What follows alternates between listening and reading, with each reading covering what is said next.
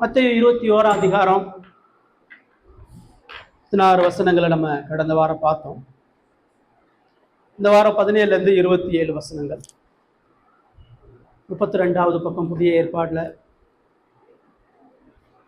மத்தேயு 21 அதிகாரம் 17 27 வசனங்கள்.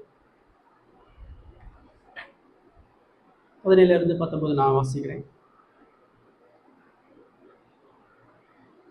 அவர்களை விட்டு நகரத்திலிருந்து புறப்பட்டு பெத்தானியாவுக்கு போய் அங்கே ராத்தங்கினார். காலையிலே அவர் நகரத்துக்கு திரும்பி வருகையில் அவருக்கு பசி உண்டாயிற்று. அப்பொழுது வழி அருகே ஒரு அத்தி மரத்தை கண்டு அதனிடத்திற்கு போய் அதிலே இலைகளை அன்று வேறொன்றையும் காணாமல், இனி ஒரு காலம் உன்னிடத்தில் கனி உண்டாகாதிருக்க கடவுது என்றார். உடனே அத்தி மரம் பட்டு போயிற்று. சீசர்கள் அதை கேட்டு, இந்த அத்தி மரம் எத்தனை சீக்கிரமாய் பட்டு போயிற்று என்று சொல்லி ஆச்சரியப்பட்டார்கள் என்பதை. இது கர்த்தருடைய வார்த்தை.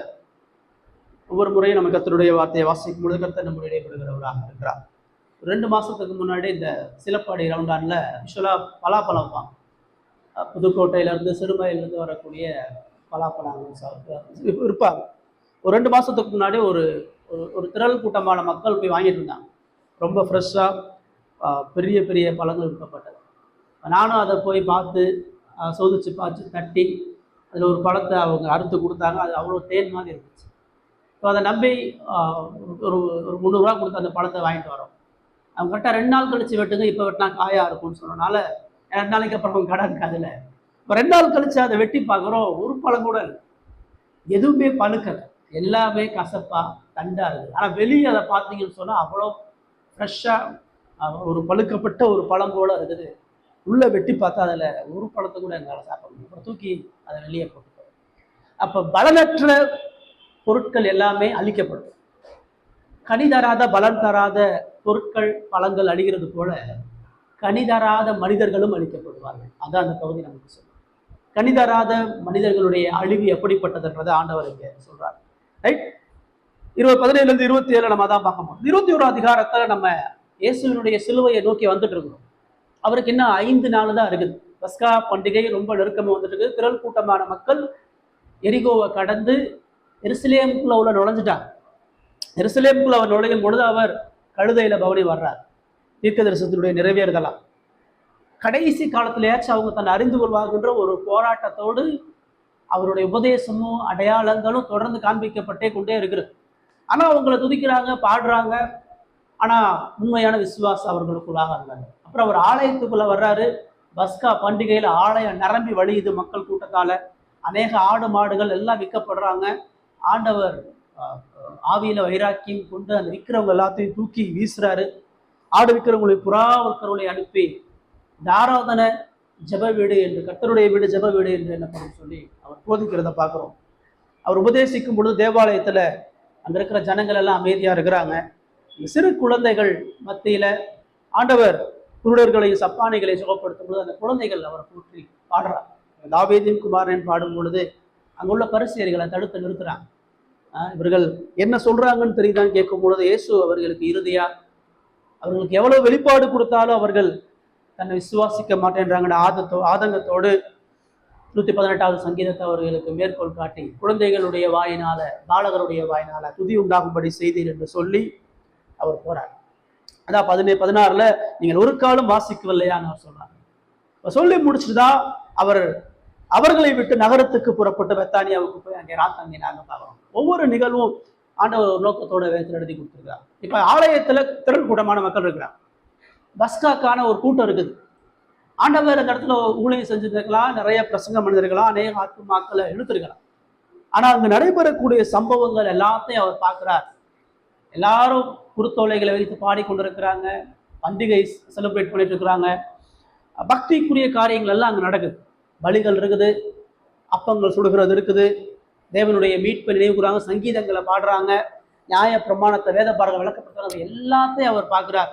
ஆனா அது எல்லாமே போலியானதா, சடங்காரச்சாரமா இருக்கிறத உணர்ந்துதான் அவர் எதிர்ப்பு வரும் பொழுது அவர் அந்த இரவுல எருசலேம்ல தங்காம அவர் புறப்பட்டு பெத்தானியாவுக்கு போறார். பெத்தானியா ஏற்கனவே அவருக்கு பரிச்சயமான ஒரு கிராமம். ஏன்னா அங்க மார்த்தாள் இருக்கிறார், மரியாள், லாசர் 3 பேர் இருக்கிறாங்க. இயேசு எப்போ போனாலும் உபசரிக்கக்கூடிய ஒரு குடும்பம் அங்கே இருக்கு.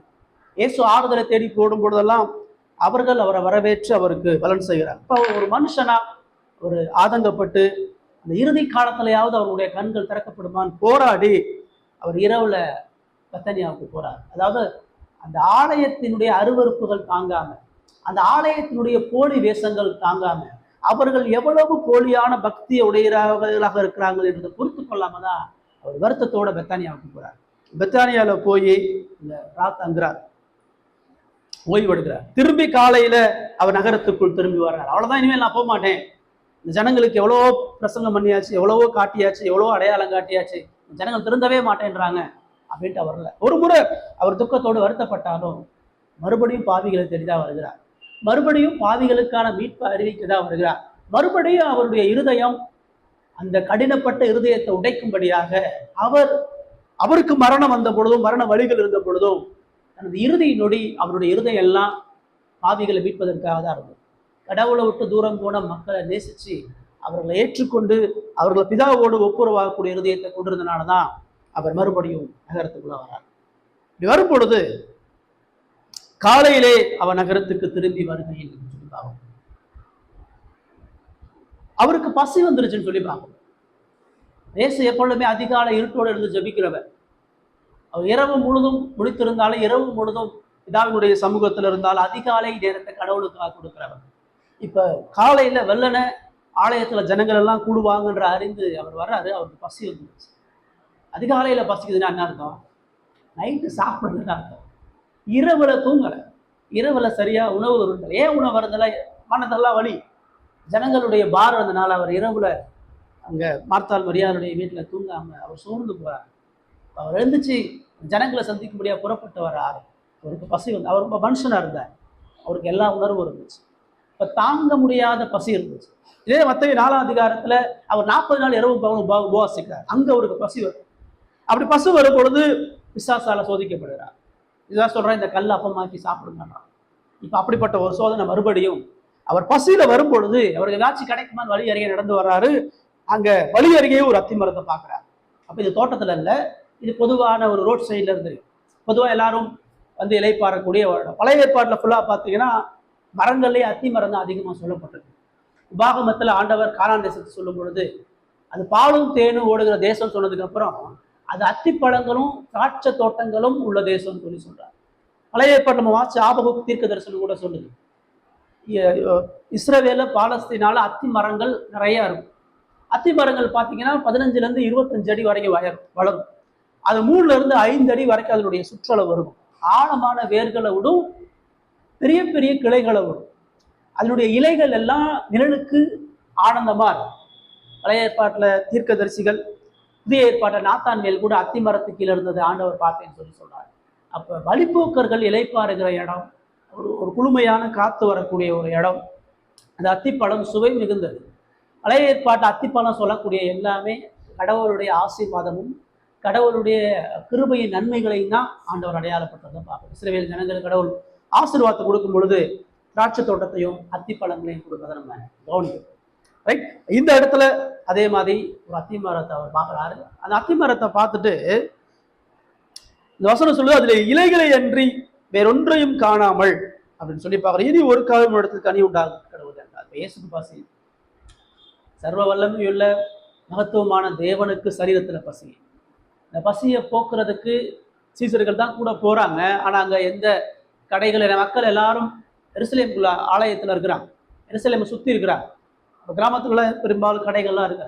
இப்போ அவர் அங்கே வரும் பொழுது ஒரு பெரிய அத்தி மரத்தை பார்க்குறார். அந்த அத்தி மரம் இலைகள் அதிகமாக இருக்கிறது. பொதுவாக நீங்கள் மரங்களில் பார்த்தீங்கன்னு சொன்னால் இலை வரும், இலைக்கு அப்புறம் பூ வரும், மொட்டு வரும், காய் வரும், கனி வரும். இதுதான் பெரும்பாலான மரங்களுடைய சுபாவம். ஆனால் அத்தி மரத்தை பொறுத்தளவு பார்த்தீங்கன்னா இலை முதல்ல வராது. முதல்ல பிரான்ச்சில் இருந்து மொட்டு வரும், மொட்டுல இருந்து காய் வரும், காயில இருந்து பழம் வரும். பழம் வந்ததுக்கு அப்புறம் தான் இலைகள் பெருசாகும். அது வரைக்கும் இலைகள் எல்லாம் அங்கங்கே சிறு சிறுசாக தான் இருக்கும். பழம் பெருசானதுக்கு அப்புறம் தான் இலைகள் அதிகமாக இருக்கும். இதுதான் அத்தி மரத்துடைய சுபாவம். இப்போ ஒரு அத்தி மரத்துல பழம் இருக்கா இல்லையான்னு ரொம்ப தூரத்துல இருந்து எப்படி பார்க்கலாம்? இலை நிறையா இருந்துச்சுன்னா கட்டாயம் அதில் பழம் இருக்கும். ஏன்னா இலைகள் தான் அதனுடைய கடைசி வளர்ச்சி. பழங்கள் பெரும்பாலும் அதில் நிரம்பி இருக்கும். இந்த அத்தி மரம் பெரும்பாலும் ஜூன் ஜூலையில் அதிகமான பழங்களை கொடுக்கும். அதுக்கப்புறம் நவம்பர் அக்டோபரில் அதிகமான பழங்கள், வருஷத்துக்கு 2 முறை பழங்கள் கொடுக்கும். இது யூதர்கள் எல்லாருக்கும் நல்லா தெரியும். இயேசு பஸ்கா பண்டிகை ஏப்ரல் மாதத்தில். ஏப்ரல் மாதத்தில் இலையுதிர் காலமாக இலைகள் எல்லாம் உதிர்ந்து அது வசந்த காலத்துக்கு திரும்ப துளிர்க்கக்கூடிய ஒரு காலம். அந்த காலத்தில் தான் அவர் வர்றார். ஆனால் துளிர்க்கக்கூடிய காலத்தில் அத்திமரம் இலைகள் நிறைந்திருக்கிறது ஒரு பெரிய ஆச்சரியம். இப்படி இது முன்னாடியே முதிர்ச்சி அடைஞ்ச மாதிரி இருக்குது, இலைகள் அடைந்ததாக இருக்குதுன்னு சொல்லி அவர் பார்க்குறாரு. சீசர்களும் பார்க்குறாரு. இப்போ இலைகள் இருக்கனால நிச்சயமா அதில் கனி இருக்கும்னு சொல்லி அவர் வர்றார். வரும்பொழுது அவர் சொல்லுது, இலைகளை அன்றி வேறொன்றையும் காணாமல் சொல்றார். இலை நிறையா இருக்குது, கனியை தேடி பார்த்தா ஒன்றுமே. அது ஒரு பெரிய ஆச்சரியமான ஒரு காரியம். கனிகள் வந்ததுக்கு அப்புறம் தான் இலைகள் வரும். இப்போ இலைகள் இருக்குன்னா கனிகள் இருக்குன்னு தான் அர்த்தம். ஆனால் அந்த மரத்தில் இலைகள் இருக்குது, கனிகள் இல்லை. ஏசங்க பசியில் இருக்கிறாரு, மரத்தை தேடி வர்றாரு, சுற்றி பார்க்குறாரு, ஏமாந்து போகிறாரு. ஏசு ஏமாந்து போன ஒரே ஒரு இடம். ஏசு நம்பி பக்கத்தில் வந்து ஏசு பசின்னு போய் நின்று அது கிடைக்க போடாமல் ஒரு சம்பவத்தை வேதனை நமக்கு பார்க்குறாரு. இந்த மரத்தில் கனிகள் இருக்கு. சொல்றாரு, இனி ஒரு காலம் உன்னிடத்தில் கனி உண்டாக கடவுது என்றார். சபிக்கிறார். சபிப்பதற்கான காரணம் பசி கிடையாது. பசியா இருந்து அந்த மரம் கனி கொடுக்கலையே என்ற கோபத்தில் அவர் அதை செய்ய. அத்தைய நாளில் பிசாசு சொல்றான், இந்த கல் அப்பமாகுங்கன்றான். அவர் அப்பத்தினாலே மாத்திரமல்ல, தேவனுடைய வார்த்தையினால படைப்பான். பசி இல்லைப்பா, சரீர பசி இல்லைப்பா முக்கியம், கடவுளுடைய வார்த்தை தான் முக்கியம்னு சொன்னார். இந்த இடத்துல எனக்கு கடவுளுடைய வார்த்தை முக்கியம் இல்லை, பசி தான் முக்கியம்னு அவர் சொல்லியிருக்க மாட்டாங்க. இப்போ ஏன் இதை சபிச்சாரு? அவர் சபிச்ச அடுத்த நொடி அத்தி மரம் பட்டு போயிடுச்சு. ஒரு அற்புதம் நடக்குது. சொன்ன அடுத்த செகண்ட் அந்த மரம் இலைகள்லாம் காஞ்சி பட்டை மரத்தை போல எல்லாம் உதிர்ந்து பலனற்று வறண்டு போய் அந்த மரம் ஆயிடுச்சு. இயேசு அந்த கடைசி அற்புதத்தில் பிரதான ஒரு அற்புதம். இந்த அற்புதம் ரொம்ப யூனிக், முக்கியமானது. ஏன்னா இந்த ஒரு அற்புதம் தான் நியாய தீர்ப்பின் அற்புதமாக இருக்கிறது. மற்ற எல்லா அற்புதமும் மீட்பின் அற்புதமாக இருக்கிறது. காப்பாற்றக்கூடிய காரியங்கள் ஆண்டவர் செய்கிறார். இயேசு செஞ்ச ஒரே அற்புதம் அழிவின் அற்புதமாக இருக்கு. இந்த ஒரு அற்புதம் தான் தனக்காக செய்த அற்புதமாக இருக்கு. மற்ற எல்லா அற்புதமும் மற்றவங்களுக்காக செஞ்சார். இப்போ இயேசு வந்து அந்த மரத்தை பார்த்து அவர் சபிக்கிறார்ன்றது ஆச்சரியம். சபிச்ச உடனே அந்த மரம் பட்டு போச்சுன்றது ஆச்சரியம். யாருக்காக செய்கிறாருன்னா அங்கே இருக்கிற சீசர்களுக்காக செய்கிறார். சீசர்கள் அதை பார்த்து தான் சொல்றாங்க, எவ்வளவு சீக்கிரம் பட்டு போயிடுச்சு அப்படின்னு சொல்லி சொல்றாங்க. இப்போ முதல்ல 17-19 வசனம் இந்த பகுதி நமக்கு என்ன சொல்லுகிறதுன்னு சொன்னா, கனியற்ற மனிதர்களுடைய பக்தி அழிக்கப்படும். கனியற்ற மனிதர்களின் பக்தி அழிக்கப்படும். ஏன் அழிக்கப்படும்? இப்போ இந்த அத்தி மரத்தை பார்த்து வந்த உடனே அதுல கனி இல்லைன்னு தெரிஞ்ச உடனே இயேசுடைய இருதயத்தை அதை அப்படியே பிரதிபலி. இயேசு தேவாலயத்தை தான் பார்த்தார்.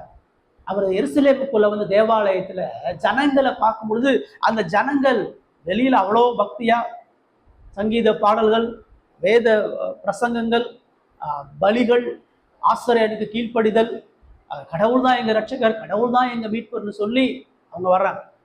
நான் உங்களுடைய இருதயம் குருடா, அவங்க கடவுளை விசுவாசிக்காம இயேசுவை மீட்பரா ரட்சகரா அறியாம அவரை புறத்தள்ளி அவர் நிராகரிக்கக்கூடிய ஒரு நிலையில இருக்கிறாங்க.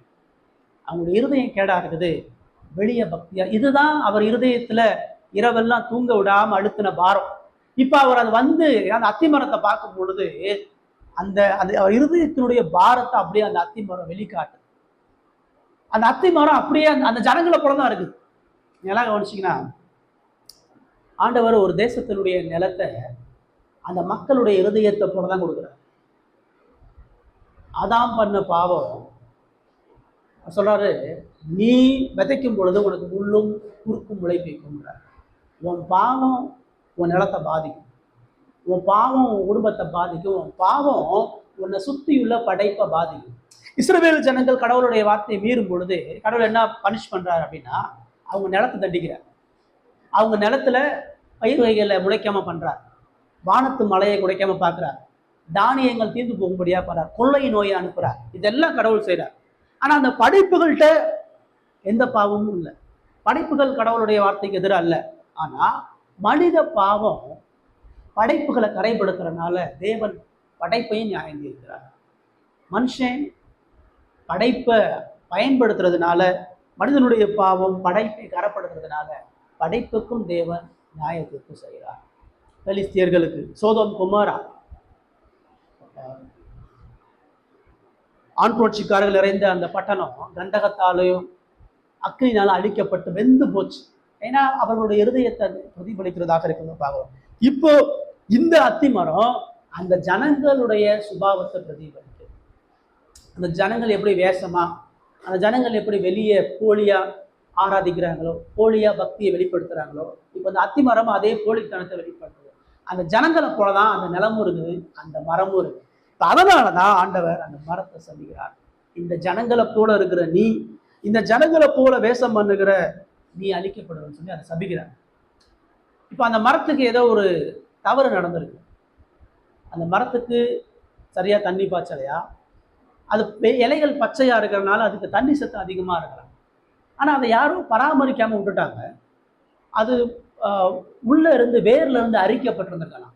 அதனாலதான் அது கனி கொடுக்காம இருக்கு. அதுல வேர்ல அழுகல் நோய் இருந்திருக்கலாம். அல்லது மரத்தினுடைய கிளைகள்ல ஏதாச்சும் பாதிப்பு ஏற்பட்டனாலதான் அது இலைகள் நிறைந்திருக்கிறது, கனி கொடுக்காம இருக்கிறது. சம்திங் ஒரு தவறான இயக்கம் அந்த மரத்தில் நடந்திருக்கு. அதுக்கு தேவன் இடைப்பட்டாலோ, தேவன் அந்த ஜனங்களுடைய பாவத்துக்காக அந்த நிலங்களையும் மரங்களையும் தண்டிக்கிறவராக இருக்கிறார். அதனால இயேசுவுக்கு அவருடைய முழு படைப்பை என்ன செய்வதற்கு அதிகாரம் இருக்கு. எல்லா படைப்பையும் அழிப்பதற்கு அவருக்கு சுயாதீன அதிகாரம் இருக்கு. அவர் எந்த மரத்தையும் சபிக்கலாம், எந்த மரத்தையும் ஒண்ணுலாம ஆக்கலாம். அதற்கு காரணம் மனுஷன் செய்யக்கூடிய பாவம். அதனால அவர் அந்த அத்தி மரத்தை சபிக்கிறது பொதுவா நியாயம். ரெண்டாவது, அவருடைய கோபம் அந்த மரத்து மேல இல்லை, அவருடைய கோபம் அந்த ஜனங்கள் மேலதான். அந்த ஜனங்களை மனதில் வச்சுட்டு தான் அந்த சீசர்களுக்கு சொல்றாரு, இந்த போலியா வாழக்கூடிய இந்த ஜனங்கள் இந்த மரத்தை போலதான் இருக்கிறாங்க. இந்த ஜனங்களுக்கு என்ன நேரிடும், இந்த மரத்துக்கு நேரிடும் அந்த ஜனங்களுக்கு என்று சொல்லிதான் அந்த அத்தி மரத்தை இனிமேல் ஒரு காலம் ஒரு இடத்துல கனி உண்டாகிறவர். கனி இருக்கிற மாதிரி வெளியே நீ ஏமாத்திட்டு போலியா இலைகளோட இருக்கிற. இப்போ உண்மையா உன்னை தேடி பார்த்தா, உள்ள பார்த்தா உங்ககிட்ட ஒரு கனி கூட இல்லை. அதனால அவர் அந்த அத்தி மரத்தை சபிக்கிறார். சொன்ன உடனே அந்த பட்டம் போயிடுச்சு. அது கிருபையும் இரக்கமும் கொண்ட இயேசு, அன்பும் தயவும் கொண்ட இயேசு, வருகிறவர்களுக்கு மீட்பையும் ரட்சிப்பையும் தரக்கூடிய இயேசுடைய வாயில ஒரு சாபமுள்ள வார்த்தை முதலாவது இந்த இடத்துல வருது. இயேசுடைய வாயில ஒரு அழிவின் வார்த்தை வருகிறது. இயேசுவினுடைய வாயில ஒரு நிர்மூலமாக்கக்கூடிய வார்த்தை வருகிறது. மத்தேயு இதை எழுதுறார், ஒரு ராஜா எப்பயுமே மீட்கிறவனா, ஒரு ராஜா எப்பயுமே மன்னிக்கிறவனா, ஒரு ராஜா எப்பயுமே பொறுத்து போகிறவனா இருக்கமானா. ராஜா பாவத்தை நீதி செய்வான், பாவத்தை தண்டிப்பான், கனி இல்லாதவர்களுக்கு வேண்டிய எல்லா தண்டனையும் கொடுக்கப்படும் சொல்லி பாவம். இதில் 4 லெசன் நம்ம கற்றுக்கிறோம். ஸ்டோரியிலிருந்து நமக்கு 4 லெசன். முதலாவது, இருதய சுத்தம் இல்லாமல் செய்யக்கூடிய பக்தி வீணானது. இருதய சுத்தம் இல்லாமல் செய்கிற பக்தி காரியங்கள் வீணானது. இதைதான் இஸ்ரவேல் மக்கள் பாங்க. இருதயத்துல மன்னிப்பு இல்லை, இருதயத்துல பரிசுத்தம் இல்லை, இருதயத்துல நீதி இல்லை. நான் சங்கீதம் பாடுறான், பிரசங்கத்தை கேட்குறான், பலி செலுத்துறான், கடவுள் எங்கள் ரட்சகர்னா, கடவுள் எங்கள் பிதான்றான், கடவுள் தான் எங்களுக்கு எல்லாம்ன்றான். ஆண்டவர் அதை தண்டிக்கிறவராக இருக்கிறார். இதோ யூதர்களுக்கு மாத்திரம் இல்லை, இன்னைக்கு இருக்கக்கூடிய கிறிஸ்தவர்களா உங்களுக்கு எனக்கு ஒரு முக்கியமான பாடத்தை சொல்லுங்க. கடவுளை ஆராதிக்க வருகிற நாம, கடவுளிடத்துல ஜெபிக்கிற நாம, கடவுளுடைய வார்த்தையை கேட்கக்கூடிய நாம, நம்முடைய இருதயம் சுத்தம் இல்லாமல் இருந்தால், நம்முடைய இருதயம் உலகத்தை நேசிச்சு, நம்முடைய இருதயம் பாவத்துக்கு அடிமைப்பட்டு, நம்முடைய இருதயம் மாம்சைச்சைகளுக்கு அடிமைப்பட்டு, அதெல்லாம் மறந்து போலியா நம்ம என்ன பாடினாலும் கடவுளை ஏற்றுக்குவாரு, நம்ம என்ன ஆராதனை பங்கு பெற்றாலும் அது கடவுளுக்கு பிடிக்கும். நம்முடைய இருதயத்துல உண்மையான நேசமும் பற்றுறுதியும் பயபக்தியும் தேவனை குறித்த எந்த கனமும் மேன்மையும் இல்லாம நம்ம எவ்வளவு வருஷம் ஆராதிச்சாலும், எவ்வளவு ஆவிக்குரிய சத்தியங்களை கற்றுக்கொண்டாலும், எவ்வளவு கடவுளுக்கு பிரியமாக காணிக்கையை கொடுத்து உதவினாலும் அது எல்லாமே வீணானது. 1000 கணக்கான ஆடு மாடுகள், லட்சக்கணக்கான பலிகள் அங்கு செலுத்தப்பட்டது, ஒன்றும் கூட கடவுள் ஏற்றுக்கணும். 1000 துதிப்பாளர்கள் அங்கு சோத்திர பலிகள் 10,000, சோத்திர பலிகள் 5000 சொல்லப்பட்டது. கடவுளுக்கு சிறிய மடிக்கிட்டார். பரிசுத்தமும் நீதியும் உண்மையும் தேவ பக்தி இல்லாத எல்லா கடவுளுக்குரிய காரியங்கள் வீணானது. எப்படி நீங்க ஆராதிக்கிறீங்க, எப்படி ஜெபிக்கிறீங்க, இப்படி கடவுளை நேசி 6 நாள் நீங்க பரிசுத்தம் இல்லாம 7வது நாள்ல நீங்க எந்த ஆசீர்வாதத்தையும் பெற முடியாது. 6 நாள் கடவுளை ஆராதிக்காம 7வது நாள் உங்களுக்கு எந்த நன்மைகளையும் தராது. 7வது நாள் யாருக்கு மகிமையா, சந்தோஷமா, இருதயத்தினுடைய மகிழ்ச்சியா இருக்குன்னா, 6 நாள் வீட்டுல தனிப்பட்ட வாழ்க்கையில வேலையில கடவுளை ஆராதிக்கிறதுனா 7வது நாள் மிகுந்த ஆசீர்வாதமா. இந்த ஜனங்கள் இந்த பஸ்காவை பெருசுபடுத்தி அன்னைக்கு கடவுள் முக்கியம் நினைக்கிறான். ஆனா பஸ்கா முடிஞ்சுட்டா மறுபடியும் அவனுடைய பாவ சுபாவத்துக்கும் சடங்குக்கும் பாரம்பரியத்துக்கும் போறான். சீர்திருத்த பாரம்பரியத்தில் இருக்கிறது ஆபத்து, சீர்திருத்த சத்தியத்தை கேட்கறது ஆரம்பம். சீர்திருத்த சபையில இருந்து கொண்டு சடங்காச்சாரமா கடவுளை தேடுறது கூட ஒரு மிகப்பெரிய அடிமை வருது. சத்தியத்தை கேட்கறது மாத்திரம் இல்லை, இருதயம் சுத்தமாகணும், பாவத்தை ஜெயிக்கணும், சோதனையை மேற்கொள்ளணும். இதெல்லாம் இல்லாமல் செய்யக்கூடிய எந்த ஆராதனை ஏற்கொள்ளப்படாது. 2வது இந்த பகுதி நமக்கு என்ன சொன்னா, தேவன் உட்புற கனிகளையே எதிர்பார்க்கிறார். கடவுளுடைய சமூகத்துல வெளியே என்ன செய்யறதுன்றதை விட ஆவிக்குரிய கனிகளை உட்புறமாக தேவன் எதிர்பார்க்கிறார். அந்த மரம் அவ்வளோ இலைகளை விட்டு யாருக்கு பிரயோஜனம்? மரத்தோட இலையை வச்சு சாப்பிட முடியுமா? அந்த மரத்தோட இலையை வச்சு ஏதாச்சும் நன்மை பயக்க முடியுமா? மரத்துல கனி இருக்கணும். கனிக்காக தான் அந்த மரத்தை தேடி வந்தார். அந்த மரம் நட்டப்பட்டதே கனி கொடுப்பதற்காக தான். நான் எவ்வளோ கிளைகளை விட்டுருக்கிறேன், எவ்வளோ இலைகளை விட்டுருக்கிறேன், இதுக்கு மேல நான் என்ன செய்ய முடியும்? அந்த மரம் கேட்க முடியாது. ஓன்ட்டு அடிப்படையாக காணப்படக்கூடிய கனிகள் எங்க? உங்களோட ஆவிக்குரிய கனிகள் இருக்குதா? கலாத்தியர்ல சொல்லப்படக்கூடிய அன்பு, சந்தோஷம், சாந்தம், நீடிய பொறுமை, இச்சை இடம், அதெல்லாம் இருக்குதா? கடவுளை தான் பார்க்குறாரு. கடவுள் இங்கிருந்து என்ன செய்றீங்கன்னு பார்க்கறதில்ல, இங்கிருந்து ஆராதனை என்ன செய்யுங்கன்னு பார்க்கறதில்ல. உங்க இருதயத்துல, உங்க குடும்பத்துல, உங்க சமுதாயத்துல நீங்கள் ஆவிக்குரிய கனிகளை வெளிப்படுத்துகிற நபரா? கடவுள் கொடுத்த அன்பு இருக்குதா? கடவுள் கொடுத்த நீடிய சாந்தம் இருக்குதா? மாம்சத்துக்குரிய இச்சை அடக்கம் இருக்குதா? நீடிய பொறுமையும் தயவு இருக்குதா? கோபத்தையும் வைராக்கியத்தையும் வீணான வெட்டி பேச்சையும் மனித உணர்ச்சிகளையும் உலக இச்சைகளையும் புறம்பான மனிதர்கள் வாழக்கூடிய வாழ்க்கை முறையும் கொண்டு சொன்னா ஒருபொழுதும் கடவுளுக்கு ஏற்ற வாழ்க்கை முடியாது. மாம்சத்தின் கிரியைகள் வெளிப்பட்டதுன்னு சொன்னா அது கடவுளால் ஒருபொழுது அங்கீகரிக்கப்படாது. 3வது, கனியற்ற வாழ்வு நியாயம் தீர்க்கப்படும். விடமாட்டாரான இந்த மரம், சரி இந்த மரத்துல கனி இல்லையா, இன்னொரு மரத்துக்கு போகணும் அவர் போல. இந்த மரத்துல ஒண்ணு இல்லையா, சரி நம்ம வேற வழியில தேடி போகணும் போல. அதுல கனி இல்லை, அது ஏமாத்துது, அது இலைகளை கொடுக்குதுன்னு தெரிஞ்ச உடனே அவர் அதை நியாயம் தீர்க்கிறார். நீ இனி ஒரு காலம் உன்னிடத்தில் கனி உண்டாக இருக்க தடவுன்னு சொல்லி சொல்றார். மனுஷனை ஏமாத்தலாம், போதகரை ஏமாத்தலாம், குடும்பத்தை ஏமாத்தலாம். கடவுளுக்கு முன்பாக உண்மையாகவே பரிசுத்த கனிகளற்று நம்ம வாழ்ந்தோம்னு சொன்னான். கடவுளுக்கு கீழ்ப்படிதல் அற்று வாழ்ந்தோம்னு சொன்னான். பிரஜாதிகளுக்கு முன்பாக சாட்சியை கெடுத்து வாழ்ந்துட்டு சொன்னான். தேவன் நிச்சயமாக நியாயம் தீர்ப்பார். பாவத்தை ஜெயிக்காம, பரிசுத்த சுபாவங்கள் வராம, இயேசுவுக்கேற்ற சாயல் இல்லாத ஒவ்வொரு மனிதனும் நியாயம் தீர்க்கப்படுகிறவனாக இருப்பான். 4வது, கனியற்ற வாழ்வு அழிக்கப்படும். Not a just judgment. கனி உண்டாவதற்கு கடவுள்னு சொன்ன அடுத்த நொடி மரம் செத்து போச்சு. மரம் வேர்ல இருந்து கிளை வரைக்கும் பட்டு போய் காஞ்சு போய் விழுவதற்கு ஏதுவாக இருக்கிறது. தான் யோவான் ஸ்நானகன் சொன்னாரு, கனி கொடாத மரம் எல்லாம் வெட்டுண்டு அக்கினியிலே போடப்படும். இதோ கோடாரியின் மரத்தின் வேருகே கோடாரி வைக்கப்பட்டிருக்கிறது. மரம் சாய போது கோடாரியுடைய கடைசி வெட்டுல நிற்குது மரம். ஏன்னா அந்த மரம் வீணான மரம். இப்போ இயேசு அதை தான் இங்கே செஞ்சு காட்டுறார். யோவான் ஸ்நானகன் பிரசங்கம் பண்ணதை இயேசு கிறிஸ்து நிறைவேற்றி காட்டுகிறார். கனி கொடாத மரங்கள் அழிக்கப்படும். நம்ம வெறுமனே கடவுள் நம்முடைய பாவத்தை விசாரிக்கிறவர் மாத்திரம் அல்ல, செய்கிற பாவத்துக்கு நியாய தீர்ப்பை கொடுக்காம விட மாட்டார். எதை விதைச்சமோ அதை அறுக்காம ஒரு பொழுது நீங்கள் நான் தப்ப முடியாது. மனம் திரும்புதலின் இருதயம் இல்லாம பரிசுத்தமாகக்கூடிய சுபாவம் நம்மகிட்ட இருந்தாலும் சொன்னா நம்முடைய பாவங்கள் நிச்சயமாக இயேசுவால், எந்த இயேசு மன்னிக்கிறாரோ, எந்த இயேசு நேசிக்கிறாரோ, எந்த இயேசு இரக்கத்தை காண்பிக்கிறாரோ, எந்த இயேசு தயவை காண்பிக்கிறாரோ, அதே இயேசு சங்காரம் பண்ணுகிறவராக வருவார். அதே இயேசு நீதி செய்கிறவராக வருவார். மனம் திரும்புதலுக்கேற்ற பரிசுத்த பயமும் தேவனுக்கேற்ற கனிகள் இல்லாம இன்னமும் உலகத்தான போல பொழுதுபோக்குகளையும் மாம்ச இச்சைகளையும் மனசும் மாம்சம் விரும்பும் செய்து கொண்டு இருந்தோம்னு சொன்னா தேவ சமூகத்துக்கு முன்பாக நியாயம் தீர்க்கப்படும். கனியற்ற மனிதர்களுடைய பக்தி அழிக்கப்படும். எப்படி இருக்குது நம்மளுடைய பக்தி உள்ள வாழ்க்கை? எவ்வளவு போலித்தனம் இருக்குது! எப்படி இந்த மரம் வெளியே போலித்தனமா இருந்து உள்ள கேடா இருக்குதோ, நிறைய நேரம் நம்மளும் வெளியே நல்ல கிறிஸ்தவர்களா, வெளியே கடவுளுக்கு பிரியமான எல்லா காரியங்களையும் காண்பிக்கும். வெளியே ஜெபிக்கலாம், வெளியே பாட்டு பாடலாம், வெளியே பிரசங்கம் பண்ணலாம், வெளியே ஊழியம் பண்ணலாம், மற்றவர்களுக்கு இயேசுவை குறித்து அறிவிக்கலாம். ஆனால் உள்ளான இருதயம், சாட்சியுள்ள வாழ்க்கை, கேடாக அசுத்தமாக மோசமான நபரா, பாவ இச்சைகளும் மாம்ச இச்சைகளையும் பீடிக்கப்பட்ட நபரா, உலகத்தால் கரைபடிந்த நபரா, தேவனுக்கு பிரியமற்ற மாம்சத்தின் கிரியைகளை கொண்டு இருப்போம்னு சொன்னா, உண்மையாகவே ஆவிக்குரிய சுபாவம் இல்லைன்னு சொன்னா நம்மளை ஆராய்ஞ்சு பார்க்கணும். இயேசு சீடர்கள் அதான் சொல்றாரு, இந்த பாட்டு பாடுற கூட்டம், இந்த பண்டிகையை கொண்டாடுற கூட்டம், அந்த ஆலயத்துல ஒரு கல் மேல ஒரு கல் இல்லாம எல்லாம் தீர்க்கப்படுகிறார், அக்கினிக்கிரையாக ஆக்கப்படும். இந்த எருசலேம் சுத்தரிக்கப்படாம போகாது. எந்த நிராகரித்த மீட்புற நிராகரித்த இந்த எருசலேம் முற்றிலுமாக அழிக்கப்படுகிறார். அதே மாதிரி நிர்மூலமாக்குனார். இது இவங்களை என்னைகளோட எச்சரிக்கிறார். இவ்வளவு வருஷம் வரோம், எவ்வளவு மாசம் வரோம், எவ்வளவு காலம் சத்தியத்தை கேட்கிறோம். என்ன கீழ்ப்படிதல், என்ன மனம் திரும்புதல், என்ன பரிசுத்தம், என்ன நீதி, என்ன தேவனுக்கு ஏற்ற சுபாவம் வாழ்க்கையில் காணப்படுகின்ற ஆராய்ச்சி பாருங்க. 2 20-22 வாசிங்க.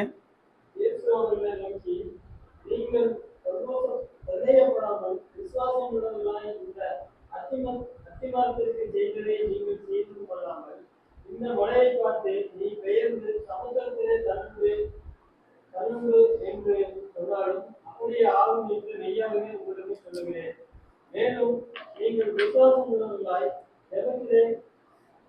எவைகளை கேட்கிறீர்களோ அவைகளெல்லாம் பெறுவீர்கள் என்றார். ரைட். இப்போ இந்த அத்திமரம் சபிக்கப்பட்டது சீசர்களுக்கான ஒரு எச்சரிக்கை. சீசர்களுக்கு கூட வர்றார், அவர்களுக்கு காட்டுறார் என்ன நடக்க போகுது. ஏன்னா சீசர்களும் இயேசுவினுடைய ஊழியத்தினுடைய எதிர்ப்பை பார்க்கிறார். அவர் எவ்வளவு பிரயாசப்பட்டாலும் அவர் தொடர்ந்து புறக்கணிக்கப்படுகிறத பார்க்கிறார். இது என்ன நடக்க போகுது, இப்பதான் இவர் அரசாட்சியில் உட்கார போறாரு, எப்பதான் இவரை மேசியாவை ஏற்றுக்கொள்வாங்கன்ற குழப்பத்தோட இருக்கிறார். அவங்களுக்கு தான் அவர் சொல்றாரு. சீசர்கள் பார்த்து சொல்றாங்க, இந்த அத்திமரம் எத்தனை சீக்கிரமாய் பட்டு போயிற்று என்று சொல்லி ஆச்சரியப்பட்டார். இது அவருடைய வல்லமையை குறித்த ஆச்சரியம் கிடையாது, இதை விட பெரிய பெரிய வல்லமையை அவங்க பார்த்துருக்கிறாங்க. அவர் சொன்ன உடனே டக்குன்னு மாறுறதை குறித்த ஆச்சரியம் கிடையாது. எத்தனையோ வியாதியை சுகப்படுத்தினார், லாசரோடு எழுப்பினார், காற்றை கடலை அதட்டினார், இது எல்லாமே அவங்க பார்த்துருக்கிறாங்க. இப்பயும் தேவாலயத்துல குருடர்களை சப்பானியை சுகப்படுத்துறதெல்லாம் அவங்க பார்க்குறாங்க. இந்த ஆச்சரியம் என்பது அவருடைய நியாய தீர்ப்பை குறித்த ஆச்சரியம். அவர் சொன்னாரு, ஆனா அவர் தொடர்ந்து மன்னிச்சு விட்டுருவார். அவர் அந்த அத்திமரத்தை சபிச்சாருதான், ஆனாலும் அந்த அத்திமரம் ஒருவேளை அழியாது, அந்த அத்திமரத்துக்கு ஒரு சான்ஸ் கிடைக்கும், அந்த அத்திமரம் ஒருவேளை கனி கொடுப்பதற்கான வாய்ப்பை பெறலாம். இரக்கத்தில் ஐஸ்வர்யம் உள்ள இயேசு எப்படியாச்சும் அந்த மரத்தை வீட்காம விடமாட்டார். லூக்கா 13 ஒரு அத்திமரம் அவர், அதுல அந்த எஜமான் சொல்றான், 3 வருஷமா இந்த மரம் ஒரு கனி கொடுக்கல, இதை வெட்டி போடுன்றான். தோட்டக்காரன் சொல்றான், ஆண்டவர் இன்னும் 1 வருஷம் இருக்கட்டும் சொல்லி அந்த மரத்தை காப்பாற்றணும். ஒருவேளை இயேசு இந்த மரத்தை ஒருவேளை காப்பாத்திடுவார். ரொம்ப தூரம் எருசலேமுக்கிட்ட பொறுமையா இருந்தவர், இஸ்ரவேல் மக்களுக்கு பொறுமையா இருந்தவர், இந்த மரத்தை அழிக்க மாட்டான்னு நினைச்சிட்டு இருக்கிறாங்க.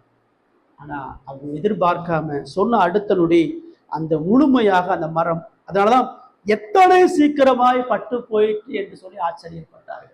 சொன்ன உடனே அழிஞ்சு போச்சே, ஐயோ இதுக்கு மனம் திரும்புவதற்கான வாய்ப்பே கொடுக்கலையே, இதை திருத்துவதற்கான எந்த காரியத்தை இயேசு செய்யலையே, இயேசு கிட்ட பொறுமையா இல்லையே, இயேசு உடனே அழிச்சிட்டாரே, எப்படி டக்குன்னு அழிச்சாரு, எப்படி சீக்கிரமா அழிச்சாரு, எப்படி வேகமா இந்த நியாய தீர்ப்பை செயல்படுத்தினால்தான் அவங்களுக்கு ஒரு பெரிய ஆச்சரியம். இயேசு இது நாள் வரைக்கும் அப்படி அவங்க பார்த்ததே இல்லை. எத்தனையோ இடங்கள்ல சீசர்கள் பொறுமை இல்லாம கோபப்பட்டாலும் அவர் பொறுமையா பாவிகளிடத்துல, தேசிகளிடத்துல, ஆயக்காரனிடத்துல இரக்கத்தையும் தயவையும் காண்பித்த இயேசு இந்த ஒரு மரத்து மேலே இவ்வளவு உக்குர கோபத்தை காட்டினார். ஏன் இவ்வளவு சீக்கிரம் இந்த மரத்தை அழிச்சாரு அப்படின்ற ஆச்சரியம் அவங்களுக்குள்ள வருகிறது. இப்பதான் இயேசு அவங்கள பார்த்து பேசுறாரு, நீங்கள் சந்தேகப்படாமல் விசுவாசம் உள்ளவர்களாயிருந்தால் இந்த அத்திமரத்துக்கு செய்த நீங்கள் செய்வதும் அல்லாமல், இந்த மலையை பார்த்து நீ பெயர்ந்து சமுத்திரத்தில் தள்ளு போ என்று சொன்னாலும் அப்படியாகும். என்ன சொல்றாரு, நான் செஞ்ச இந்த அற்புதத்தை பார்த்து நீ அதிசயப்படாத, இதோட பெரிய அற்புதம் நீ செய்வ. இங்க இருக்கக்கூடிய மலையை சமுத்திரத்தில் தள்ளுண்டு போன்னு சொன்னா கூட இது நடந்துடும். விசுவாசம் அற்புதங்களை செய்யும், விசுவாசம் பெரிய காரியங்களை செய்யும், அதுக்கு சொல்லப்படலாம். இந்த வசனத்தை ரொம்ப தப்பா விளக்கப்படுத்திட்டு இருக்கிறாங்க. விசுவாசிகளுக்கு எல்லா அற்புதமும் செய்ய முடியும், விசுவாசிகள் நினைச்சாலும் எல்லா வல்லமையும் இருக்குது, அபிஷேகம் பற்றவை எதை வேணாலும் அது சொல்லுங்க. இது என்ன கான்டெக்ட், என்ன சூழ்நிலை சொல்லுது, ஏசுங்க என்ன சொல்ல வராருன்றதை நீங்க நல்லா கவனிக்கணும். முதல்ல அவர் சொல்றாரு, நீ சந்தேகப்படாம விசுவாசம் உள்ளவர்களா. இப்ப என்ன சந்தேகம் அங்க இருந்துச்சு, என்ன விசுவாசத்தை அவர் சொல்லுங்க. சந்தேகன்றது அவங்களுக்கு என்ன? இவ்வளவு சீக்கிரம் கோபாக்கினை வருமா? இவ்வளவு சீக்கிரம் நியாயம் தீர்த்துருவீங்களா? இவ்வளவு சீக்கிரம் முற்றிலுமா அழிச்சிருவீங்களா? சொல்றாரு, அது நடக்கும். கடவுளுடைய நியாய தீர்ப்பை குறித்து நீ ஒருபொழுதும் சந்தேகப்படாத. துன்மார்கள் செழித்து ஓங்குறாங்க, அதனால அவங்களுக்கு அழிவு வராதுன்னு நினைக்காத. கடவுளுடைய கோபம் நிச்சயமாக வரும்ன்ற சந்தேகம் சந்தேகப்படாம நீ விசுவாசிக்க. கடவுளுடைய கோபத்தையும் ஆக்கினை தீர்ப்பையும் ஒருபொழுதும் சந்தேகிக்கப்பட அவர் தாமதிக்கிறார் என்று எண்ணுகிறபடி அவர் தம் வாக்குறுதியை குறித்து தாமதமாயிராமல் நீதியாக நீ தீர்ப்பு செய்கிறவராக அவர் இருக்கிறார். சீசர்களுக்கு தான் சொல்றாரு, கடவுளுடைய சங்காரம் வருமா வராதான்னு சந்தேகப்படாது. நிச்சயமா கடவுள் நியாயம் தீர்ப்பான்ற உறுதி உனக்கு இருக்கணும். கடவுள் நிச்சயமா பாவத்தை விசாரிக்கிறவரா? நிச்சயமா தேவன் கோபம் உள்ளவர். நிச்சயமா தேவன் தாம் தெரிந்து கொண்ட மக்கள் அவருடைய வார்த்தையை மீறி கீழ்ப்படியாம போகும் பொழுது அவர்களை அழிப்பதற்கு தனது தண்டனையை செயல்படுத்துவார் என்கிற விசுவாசம் அவர்களாக இருந்தார். அந்த விசுவாசம் சொன்னார். இது தேவனுடைய கோபத்தையும் நியாய தீர்ப்பையும் சந்தேகப்படாம வரக்கூடிய விசுவாசம். அதான் சொல்றாரு, நீங்க சந்தேகப்படாம நானா இப்படி செஞ்சேன் நீங்க யோசிக்காதீங்க, நான் தான் இதை செஞ்சேன், நானா நியாயம் தீர்த்தேன் நினைக்காதீங்க, நான் தான் நியாயம் தீர்த்தேன். என்னுடைய கோபத்தையும் நியாய தீர்ப்பையும் குறித்து உனக்கு எந்த சந்தேகம் வேணாம். பாவத்தின் மீதான எனது வெறுப்பை குறித்து உனக்கு எந்த இரக்கமும் தேவையில்லை. நீ முழுமையா கடவுளுடைய கோபத்தையும் பாவத்துக்கு எதிரான தேவ கோபத்தை உணரு அப்படின்றார். 20-22 நம்ம ரெண்டாவது என்ன பார்க்கணும்னு சொன்னா, கனி கொடுக்கக்கூடிய மனிதர்களுடைய வாழ்வு நிலைத்திருக்கும். முதல்ல பார்த்தோம், கனியற்ற மனிதர்களுடைய பக்தி அளிக்கப்படும். ரெண்டாவது, கனி கொடுக்கக்கூடிய மனிதர்களுடைய வாழ்வு நிலைத்திருக்கும். எப்படி? சீசர்கிட்ட தான் பேசுறாங்க. சீசர்கள் எப்படி இந்த கனி கொடாத வாழ்க்கையிலிருந்து தப்பிக்கிறது, அவங்க எப்படி தேவனை எதிர்பார்க்கக்கூடிய கனிகளை கொடுக்கறது, அதுக்கு தான் வரீங்க பதில் சொல்லிட்டு சீசர்களை பார்த்து முதல்ல ஒரு விஷயத்த என்ன சொல்றாருன்னா, பாவத்தின் மீதான தேவ கோபத்தை உணர்கிறது தான் உன்னை கனி கொடுக்க வைக்கின்றார். கடவுள் பாவத்தை பார்க்கிறபடி பாரு, கடவுள் பாவத்தை எவ்வளவு வெறுக்கிறான்ற ஒரு இருதயத்துல உணரு. கடவுளுடைய பாவத்துல பாவம் எவ்வளவு சங்கரிக்கப்படுகின்ற உணர்வும் பயமும் உனக்கு உள்ளாம நீ கனி கொடுக்க முடியாது. அதனாலதான் நீ சந்தேகப்படாம கோபத்தையும் தண்டனையும் நியாய தீர்ப்பையும் நீ விசுவாசிச்சன்னு சொன்னா, இந்த அத்திமரத்துக்கு செய்வதை நீங்கள் செய்வதும் அல்லாமல் எனக்கு இருக்கக்கூடிய இந்த கோபம், நான் இந்த பாவத்தை தண்டிக்கக்கூடிய இந்த நீதியா நியாய தீர்ப்பை நீயும் செய்வேன். என்ன, நான் எப்படி பாவத்தை வெறுக்கிறனோ, நான் எப்படி போலித்தனத்துக்கு நியாய தீர்ப்பு செய்யறனோ, நான் எப்படி அநியாயத்துக்கு எதிராக நிற்கிறனோ, நீ தேவ கோபத்தையும் பாவத்தின் மீதான கடவுளுடைய உணர்வையும் நீ உணரும் பொழுது இதே அத்திமரத்தை நான் சபிக்கிறது போல உன்னுடைய வாழ்க்கையில காணப்படுகிற பாவ செயல்களை நீ அழிக்கிறவனாக இருப்பாங்க. பாவத்தின் மீதான தேவ கோபத்தை நீ உணரும் பொழுது தேவன் கோபப்படுகிறது போல நீ கோபப்படும். உன் வாழ்க்கையில எந்த பாவ செயல்களை நீ அனுமதிக்க மாட்டேன். போலியான எல்லா துன்மார்க்கமான பக்தியை கண்டு எனக்கு இருக்கிற இதே வைராக்கியமும் கோபமும் உனக்குள்ளாக வரும்ன்றத அவர் சொல்றார். யாரு கனி கொடுக்க முடியும்? எப்படி இந்த சீசர்கள் கனி கொடுக்க முடியும்னு சொன்னா, அவரை போல பாவத்தை புரிகிறது, உணர்வது, அவரை போல பாவ செயல்களை அழிக்கிறது. அவர் சொல்லிட்டு அவர் சொல்றாரு, செய்வதும் அல்லாமல். பாருங்க, நான் இந்த அத்திமரத்துக்கு நியாயம் தீர்த்தது போல நீ பாவத்தை நியாயம் தீர்ப்பதும் அல்லாமல் இந்த மலையை பார்த்து, எங்க ஒலிவ மலையை நிற்கிறார் அவர். பெத்தானியாவில இருந்து எருசலேமுக்கு நடுவில் ஒலிவ மலை தான் இருக்கு. ஒலிவ மலை தான் அவருடைய ஃபேவரட் இடம், ஜெபிக்கிறதுக்கு வரக்கூடிய இடம். இப்போ அந்த மலையில இந்த இவ்வளோ எருசலேமை விட உயர்ந்த மலை தான் ஒலிவ மலை, 40,000 அடி உயர்ந்த ஒரு மலை. இப்போ அங்கே நின்று அவர் சொல்றார், இந்த மலையை பார்த்து, இவ்வளோ பெரிய மலையை பார்த்து நீ பெயர்ந்து சமுத்திரத்திலே தள்ளுண்டு போ என்று சொன்னாலும் அப்படியா? அப்படின்னா அவன் எதுக்கு மலையை பெயர்த்து சமுத்திரத்தில் தள்ளுண்டு போன்னு சொல்லணும்? அதன் மூலமா என்ன காட்ட வர்றான்? மலையை பெயர்த்து சமுத்திரத்தில் போறனால என்ன நன்மை, என்ன மகிமை? இது ஒரு அடையாள மொழியாக இங்கே சொல்லப்படுது. அந்த மேற்கொண்ட சத்தியத்தை அடிப்படையில் அந்த வசனத்தை அங்கே புரியணும். அதாவது விசுவாசி என்ன வேணாலும் செய்ய முடியும், விசுவாசி எவ்வளவு பெரிய எதிரியை சமாளிக்க முடியும், ஒரு விசுவாசி செய்ய முடியாத அற்புதங்கள் என்று ஒன்றும் இல்லை, அதை சொல்லப்படல. மலையை பார்த்து தள்ளு உண்டு போன்னு சொல்லும் பொழுது பழைய ஏற்பாட்டில் மலைகளை குறித்து ஆண்டவர் என்ன சொல்றாரு? மலைகள் என்பது எதிரிகளை தான் சொல்லும். மலைகள் என்பது தேவனுக்கு எதிராக இருக்கக்கூடிய தடைகள். மலைகள் என்பது எதிரிகளுடைய இராணுவ பலம். மலைகள் என்பது மனிதனுக்கு எதிராக இருக்கக்கூடிய கடவுளுடைய நீதியான செயல்கள். அதனால இந்த அத்தி மரத்தை நீ சபிச்சு உன்னுடைய பாவ செய்களை நீ அழிக்கிறது என்பது சாதாரண காரியம் கிடையாது. என்னைய போல நீ இந்த அத்தி மரத்தை சபிக்கணும்னா அது இயல்பா இல்லை. இயல்பா உனக்கு பாவம் பிடிக்கும், இயல்பா உன்னால கனி உள்ள மனிதனா வாழ முடியாது, இயல்பா நீ மாம்சத்துக்குரியவன் தான். ஆனா நீ கடவுளுடைய உணர்வையும் இருதயத்தையும் கொண்டு உன்னுடைய பாவத்தை நீ அழிக்கும் பொழுது, உன்னை சுற்றியுள்ள ஜனங்களுடைய பாவத்தை நீ எச்சரிக்கும் பொழுது, அது மழை போன்ற தடைகளை உனக்கு ஏற்படுத்தும். இந்த மழை எவ்வளோ உயரமா தடைகளை ஏற்படுத்துகிறதோ அதே போல பாவ சோதனைகள் உனக்கு மழை போல தெரியலாம். நீ மாம்சத்தை ஜெயிக்கிறது என்பது இம்பாசிபிளான காரியம். நீயா கனி கொடுத்து வாழ்வது என்பது முடியாத காரியம். நீயா தேவன் விரும்புகிற பக்தியுள்ள இருதயத்தை பெறுவது என்பது சுட்டு போட்டாலும் உனக்கு வராது. ஆனா நீ விசுவாசம் உள்ளவனா சந்தேகப்படாம கேட்டு இந்த மலையை பெயர்த்து தள்ளுண்டு போன்னு சொன்னாலும், இந்த பாவத்துக்கு எதிரான போராட்டத்துல மலை போல இருக்கக்கூடிய பிரச்சனை, மலை போல இருக்கக்கூடிய சோதனை, மலை போல இருக்கக்கூடிய எவ்வளோ பெரிய தடையா இருந்தாலும் விசுவாசத்தோடு நீ வேண்டுதலோடு செய்யும் பொழுது அது தீர்க்கப்படும். அந்த மலை சமுத்திரத்துல போய் விழுகிறது எப்படி முடியாது? அவ்வளோ பெரிய மலையை சமுத்திரத்துல எவனாலையும் தள்ள முடியாது. ஆனா உன்னால முடியும். காரணம் தேவன் உனக்கு கொடுத்திருக்கக்கூடிய விசுவாசம்.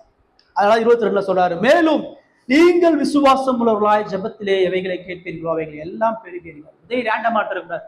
ஜெபத்துல என்ன கேட்டாலும் கொடுப்பாரா? விசுவாசம் உள்ளவர்களா ஜெபத்துல கேளுங்க. விசுவாசம் உள்ளவர்களா நாளைக்கு ஒரு 3 கோடி வேணும், ஜெபம் பண்ணுங்க, வந்துருமா? விசுவாசம் உள்ளவர்களா ஒரு பெரிய வீடு வேணும்னு கேளுங்க, வந்துருமா? இன்னைக்கு அதான் இங்க சொல்லிட்டு இருக்கிறான். விசுவாசத்தோட கேளு, விசுவாசத்தோட ஆண்டவர்கிட்ட கேளு. ஆண்டவர் வானத்தின் பலகைகளை தெரிந்து ஒன்று ஆசீர்வதிப்பார், கொடுப்பாரு. இது எதுக்கு சொல்றாரு? விசுவாசம் உள்ளவர்களாய் ஜெபத்திலே எவைகளை. இப்ப என்ன விசுவாசம் இங்க சொல்றாரு? பாவத்தை எதிர்ப்பதற்கான விசுவாசம், பாவத்தை ஜெயிப்பதற்கான விசுவாசம், பாவத்தை களைவதற்கான விசுவாசம், ஆவிக்குரிய கனிகளை பெறுவதற்கான விசுவாசம், ஆவிக்குரிய கனிகளை பெறுவதற்கு தடையாக இருக்கக்கூடிய காரியங்களுக்கான விசுவாசம். அந்த விசுவாசத்தோடு நீ ஜெபத்துல கேட்கும் பொழுது மலையை உன்னால பெயர்க்க முடியாது. மலையை பெயர்த்து சமுத்திரத்துல போட முடியாது. மலையை பெயர்த்து சமுத்திரத்துல போடணும்னா உன் முழங்கால முடக்கும். கடவுளுடைய விசேஷித்த வல்லம் இல்லாம, கடவுளுடைய விசேஷத்தை ஆளுகை இல்லாம, அவருடைய மகிமை ஒரு இடத்துல வெளிப்படாம ஒரு கல்லை நகர்த்த முடியாது. அதுக்கு என்ன செய்யணும்? ஜெபிக்கணும். அதான் சொல்றாரு, நீங்கள் விசுவாசம் உள்ளவர்களாய் ஜெபத்திலே எவைகளை. எவைகளை என்று சொல்லும் பொழுது சொல்லியவைகள். உனக்கு வரக்கூடிய எல்லா சோதனைகளையும், உனக்கு வரக்கூடிய எல்லா போராட்டங்களையும், நீ ஆவிக்குரிய கனிகளை பெறுவதற்காக கேட்கக்கூடிய எல்லா காரியமும் அவைகளை எல்லாம் பெறுவீர்கள் என்றான். அதெல்லாம் உனக்கு கிடைக்கப்படும் சொல்றாரு. சீசர்கள்ட்ட சொல்றாரு, அந்த மாய்மாலமா கனியற்ற அந்த பக்தியுள்ள அந்த யூதர்கள் அழிக்கப்படுவாங்க. ஆனா என்னைய உண்மையா பெற்றுகிற நீ கனி கொடுக்காம வாழக்கூடாது. என்ன பின்பற்றுகிற நீ இந்த கனியற்ற அத்தி மரத்தை போல இருக்கக்கூடாது. நீ கனி உள்ளவனா இருக்கணும். நீ கனி உள்ளவனாக இருக்கணும்னு சொன்னா உங்ககிட்ட 4 முக்கியமான காரியம் ஏற்படும். முதல்ல, பாவத்தை கடவுள் பார்க்குற மாதிரி பார்க்கணும். அதனால அவர் சொல்றாரு,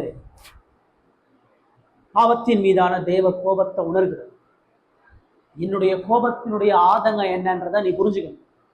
இந்த இஸ்ரவேல் மக்கள் மீதான என்னுடைய நியாய தீர்ப்பை நீ புரிகிறது போல இந்த உலகத்துல பாவத்தை ஓங்கன்ல பார்க்காத. ஓங்கன்ல பாவத்தை பார்த்தா அது பாவமாவே தெரியாது. நீ ரொம்ப சாதாரணமா பார்ப்ப. நீ உனக்கு சௌகரியமா பார்ப்ப. உனக்கு கஷ்டம் இல்லாம நீ பாவத்தை பார்ப்ப. உன் கண்ணு குருடான ஒரு கண்ணு. கடவுளுடைய பரிசுத்த கண்ணுல நீ பாவத்தை பார்க்கணும். அதுக்கு வேதம் தேவை. வேத வெளிச்சத்துல தான் இருளை நோக்க முடியும். வேதத்தை தியானிப்பதின் மூலமா தான் பாவத்தை குறித்து ஆழமான புரிதல் வரும். கடவுளுக்கு எதிரான பொய், கடவுளுக்கு எதிரான உலக இச்சை, கடவுளுக்கு எதிரான மாம்சத்தின் காரியம், கடவுளுக்கு எதிரான பெருமை, கடவுளுக்கு எதிரான கோபம், கடவுளுக்கு எதிரான கீழ்ப்படியாமை, கடவுளுக்கு எதிரான கெட்ட வார்த்தை, கடவுளுக்கு எதிரானது என்கிற உணர்வு வரணும். நம்முடைய இருதயத்தினுடைய நடைகள், சிந்தனைகள் எல்லாம் தேவன் வெறுக்கிறார், தேவன் பார்த்து கொண்டிருக்கிறார், தேவன் நியாயம் தீர்ப்பார் என்ற பய உணர்வு வரணும். அந்த கடவுள் பாவத்தை பார்க்கக்கூடிய கண்களையும் கோபத்தை உணர்கிறதுன்னா பாவ செய்களை அழிக்கிறவனா இருப்பான். ஏன் பாவத்தை ஜெயிக்க முடியலை? ஏன் பாவத்தை மேற்கொள்ள முடியலை? ஏன் மாம்சத்தின் கிரியைகளை ஜெயிக்க முடியலை? ஏன் பாவத்தை கட்டுப்படுத்த முடியலை? ஏன் இச்சையை நீக்க முடியலை? ஏன் பொருளாசையை போக்க முடியலை? ஏன் மாம்சத்தினுடைய கிரியைகளில் மட்டும் பெருசா இருக்குதுன்னு சொன்னா பாவ செயல்களை அழிப்பது. கடவுள் பார்க்கக்கூடிய உணர்வை இருதயத்தை கொண்டிருந்தா மட்டும்தான் பாவ செய்களை அழிக்க முடியும். ரொம்ப 7ல் தான் சொல்றாரு. 8ஆம் அதிகாரத்துல மாம்சம் ஆவி குருதமா போராடும், ஆவி மாம்சத்துக்கு குருதமா போயிடும். நீங்கள் ஆவிக்குரிய காரியங்களை செய்யுங்க, அப்பொழுது மாம்சத்தின் கிரியைகளை நிறைவேற்றாதிருப்பீர்கள். மாம்ச சிந்தை வேற, ஆவிக்குரிய சிந்தை வேற. ஆவிக்குரியவன் தான் பாவத்தை ஜெயிக்க முடியும். இப்போ சீசர்களுக்கு தான் அவர் கற்றுத்தருகிறார். நீங்க செய்ய முடியும். நாம அந்த அத்தி மரத்தை பட்டு போக பண்ணது போல உங்களாலையும் பண்ண முடியும். அப்படின்னா என்னது? நீங்களும் பாவத்தை கண்டிக்க முடியும், எச்சரிக்கை. அப்போஸ்தலருடைய ஊழியம் முழுவதும் அதுதான். எந்த ஆசாரியனை பார்த்து பயந்து ஓடினாங்களோ, எந்த சனகரிப்பை பார்த்து பேச முடியாம ஊமையா இருந்தாங்களோ, எந்த பிரதான ஆசாரிய அரண்மனையில பேதுரு 3 முறை மனிதச்சானோ, அதே கூட்டத்தை சொன்னா, நீங்கள் ஜீவாதிபதியை கொலை செய்தீர்கள், நீங்க அந்த இயேசுவுக்கு விரோதமா துரோகம் பண்ணீங்க, பிதாக்கள் அனுப்பின அந்த தீர்க்க தரிசிக்கு எதிராக நீங்கள் செஞ்ச பாவத்துக்கு உங்களுடைய இரத்த பலி உங்கள் மேலே உங்கள் பிள்ளைகள் மேல இருக்கும் தேவான்னு சொன்னா. இதுதான் இங்க நடைபெறுகிறது.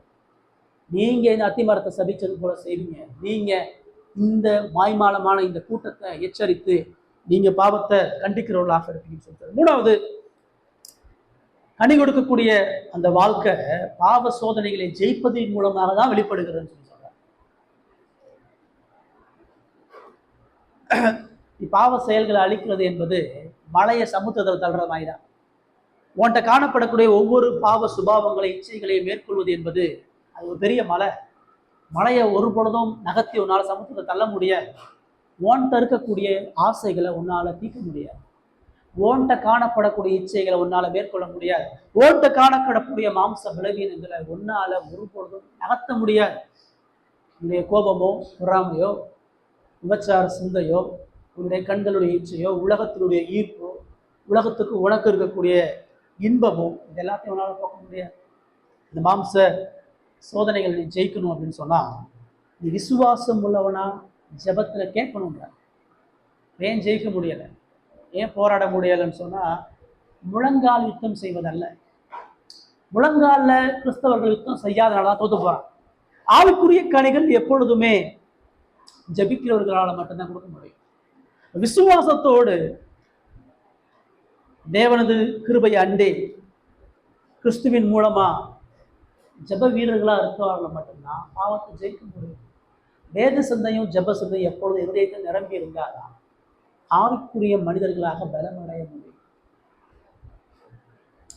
சீசன்ல தான் கட்டுப்பாரா, நான் போயிடுவேன், எனக்கு அடுத்து நீ நிற்க போற, நீ இந்த போராட்டத்தில் இந்த எல்லா சூழ்நிலையும் ஜெயிக்கணும்.